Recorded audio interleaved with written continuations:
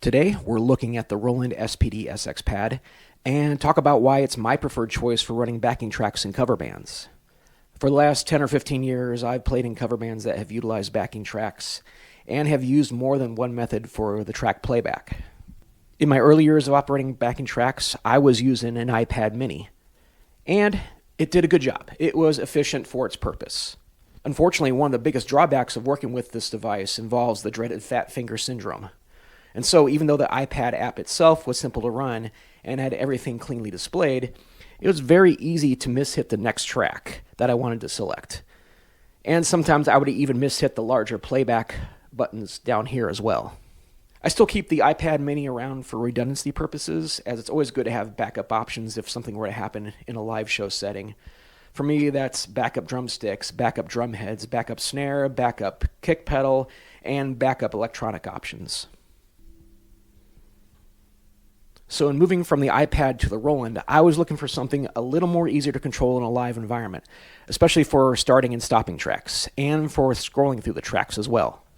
For working cover bands that utilize backing tracks and play a wide variety of stages, whether it be small bars, medium-sized clubs, indoors, outdoors, you name it, the Roland SPD-SX is an excellent tool to run backing tracks, especially if you're playing in situations where you may not have 100% control of the environment around your drum kit. Because in those environments, bumps can happen, spills can happen. Which leads to an important reason why I use the Roland. It's rugged. It's meant to be hit. You're hitting it with drumsticks, so in other words, it's not fragile. Another huge plus is that you can set it up to start and stop track playback with a single hit of a pad. 1, 2, 3, 4.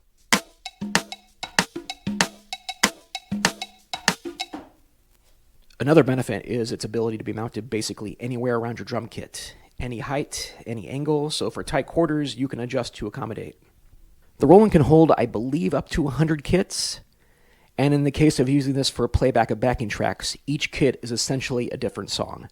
So for each kit, I'm loading the tracks for that particular song, and then I can scroll through the kits to get to the desired song.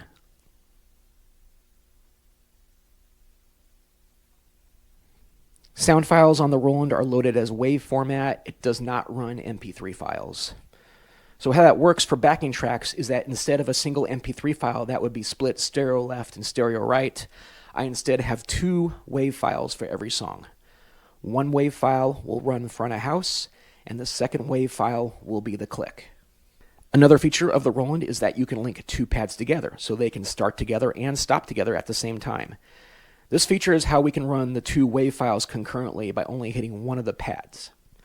In this example, I have the front of house WAV file loaded in pad 1 and the click WAV file loaded in pad 2. 1, 2, 3, 4.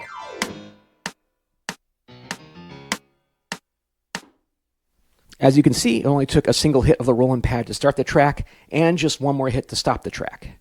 This is of great benefit if there is ever a need to stop a track playback midway through a song. Another great feature is that you can set up a kit chain, which essentially means you can program an entire set list and then won't have to worry about scrolling back and forth through the library of kits to find the next song. You go to Menu, System, down to Kit Chain, and then you can program your set list. And now looking at the back of the module, you'll see I have just two 1/4-inch cables coming out of the back. One is the master out, and the second is coming from the sub out. Master out is what is being sent to the front of house WAV file, and the sub out is what I'm using to send myself the click file. The master out is running into my DI box, which then gets sent to front of house. I also have a through input with another 1/4-inch cable that is sending the front of house track into my mixer so that I can hear it in my ears as well.